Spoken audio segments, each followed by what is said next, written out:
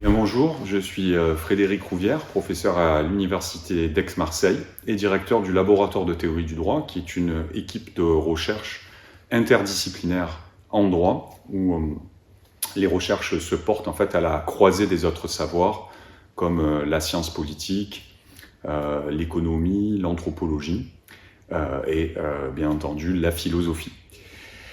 J'ai fait toutes mes études et mon doctorat à Aix-en-Provence. J'ai été agrégé des facultés de droit en 2007 et j'ai choisi de me spécialiser dans la théorie du droit pour ma recherche.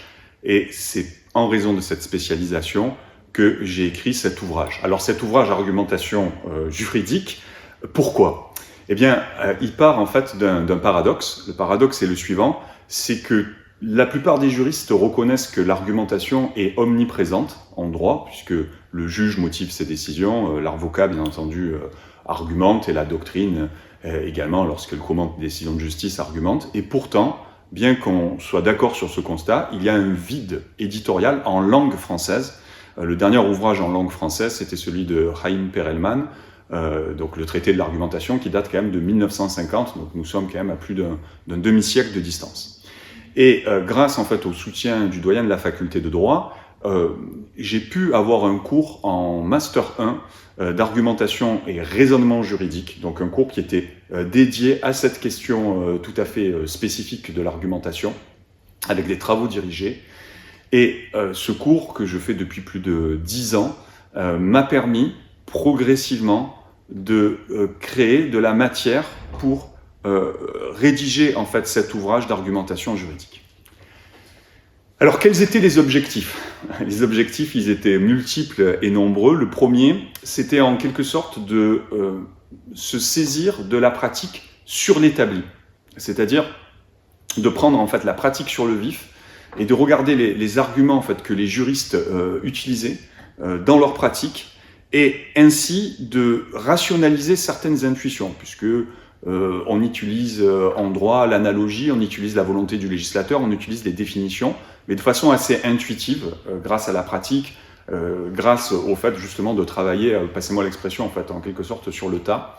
Et donc l'idée c'était de savoir si on pouvait rationaliser ces intuitions, c'est-à-dire étudier ces arguments, les catégoriser, et donc éprouver aussi la limite des arguments. C'est-à-dire par exemple, si je prends le cas de l'interprétation stricte, qui est fondamentale en droit pénal, mais qu'est-ce que c'est une interprétation stricte ?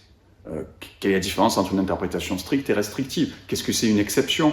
Est-ce que l'interprétation stricte, elle supprime toute analogie dans le raisonnement à droit pénal ? Voilà. Donc ce type de questions-là, l'idée c'était d'en donner en fait un traitement analytique, rigoureux, avec toute la littérature internationale sur le sujet, majoritairement en fait en langue anglaise, mais également en utilisant des ressources en italien et en allemand principalement, un tout petit peu en espagnol.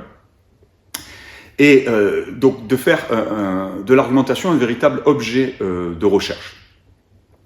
Et un des autres objectifs, c'était aussi d'avoir une introduction au droit qu'on pourrait dire universelle, c'est-à-dire de pouvoir parler à n'importe quel juriste, qu'il soit de droit privé, de droit public, ou même en fait un historien du droit, en montrant que penser en juriste est finalement une capacité qui est au centre normalement des formations dans les facultés de droit, qui va au-delà des détails techniques et des matières techniques.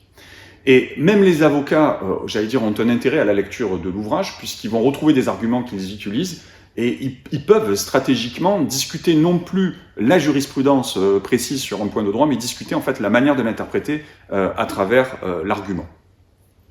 Enfin, et de manière plus générale, il s'agit en fait par cet ouvrage de contribuer au débat sur la motivation des décisions de justice. Déjà, le Conseil d'État, depuis plusieurs années, a été dans cette voie-là, et la Cour de cassation, depuis qu'elle cite ses précédents et qu'elle est passée à une motivation enrichie, inévitablement doit réfléchir sur ce qu'est réellement l'argumentation juridique, mais surtout sur la portée des arguments. Donc en fait, c'est l'ensemble, j'allais dire, de ce contexte, à la fois pratique et théorique, qui m'a conduit à écrire cet ouvrage.